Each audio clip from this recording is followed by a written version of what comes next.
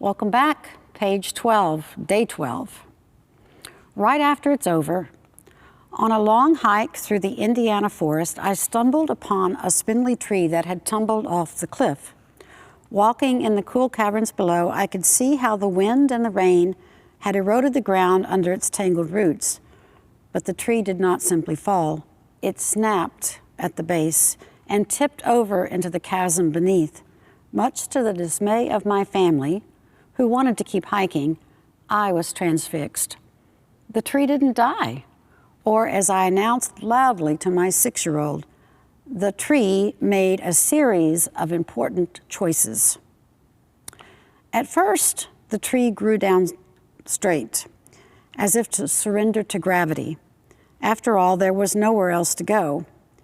But at the point of breaking, the remnant began to thicken. It must have taken years, but its roots grew wider and deeper, and then, in a shocking act of hubris, the tree decided to try growing sideways.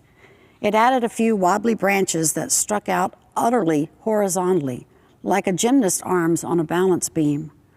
More years passed, but at some point the tree decided that sunlight was a good idea, and the only direction to go was up. This is what happens when you anthropomorphize trees, I said, shaking my head. But nonetheless, my eyes got misty as I traced how the trunk made a perfect U shape and rather impertinently grew straight toward the sky. Can you picture it? Perhaps you know what it's like to be pushed off the edge by some gust of wind. You suddenly know your precious lives are hanging on by so little. The human condition is all thin roots and rocky soil, and so you fall.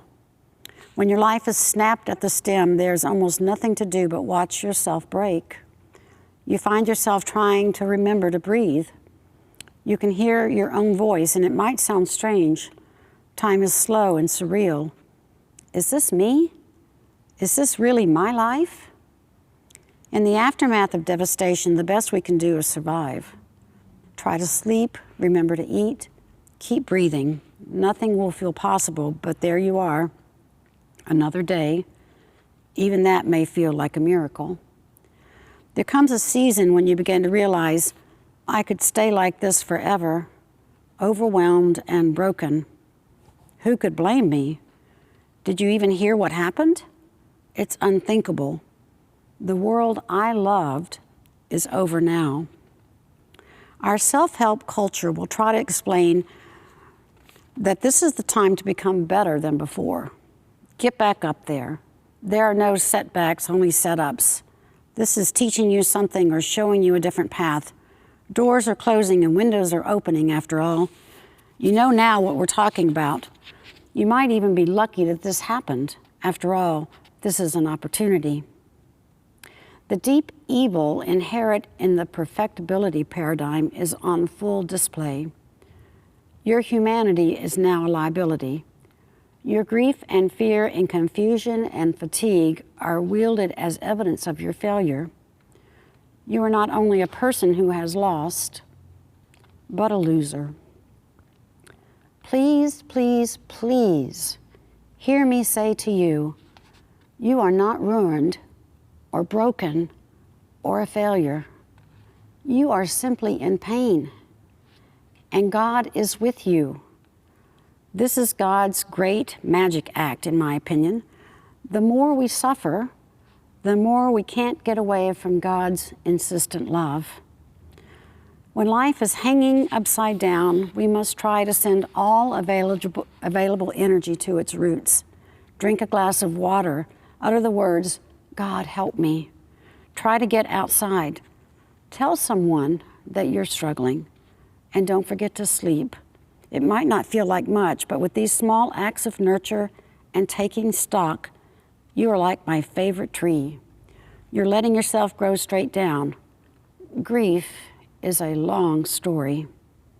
And someday you might try to get your balance, stretching your branches out a little, seeing if you can reach and stay stable at the same time. Perhaps a short trip, a more casual conversation with others, letting your guard down. There will be days when you will be able to look around and ask, what is here? Where is there some ground to stand on? Is there anything that tastes good now, that nourishes? Where is there room to grow? If so, you might be ready for a turn. As my friend Norma McInerney says, there is no moving on. There is only moving forward. Yes, there will be days when it might be crucial to pull down all the blinds and lie in the dark, or morally recommit to watching every episode of your favorite television show, whether it be Community or The West Wing or The Marvelous Mrs. Maisel. But in the meantime, my dear, you are growing. You're tired and might be scared, and you may have lost too much, but you are not finished yet. Not today.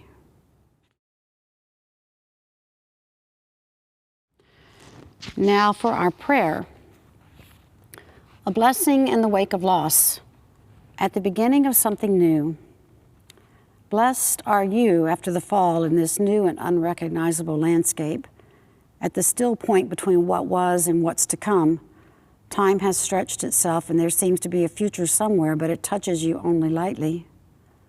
Blessed are you right here, in between, at the end that comes before the beginning, knowing that grief is a long story and maybe somehow you're still in it, growing straight down in the dark where sorrow breathes best, where roots find their secret springs in crevices that are well hidden, where God's great magic act of love begins. Blessed are you, starting to sense that maybe sunlight can reach you even here, and you reach out, finding yourself in a fierce embrace, and God's voice saying, you are not the bad thing. You are not ruined. You are not broken, not over, not a failure, nor learning a lesson. You are my suffering one, and you are loved.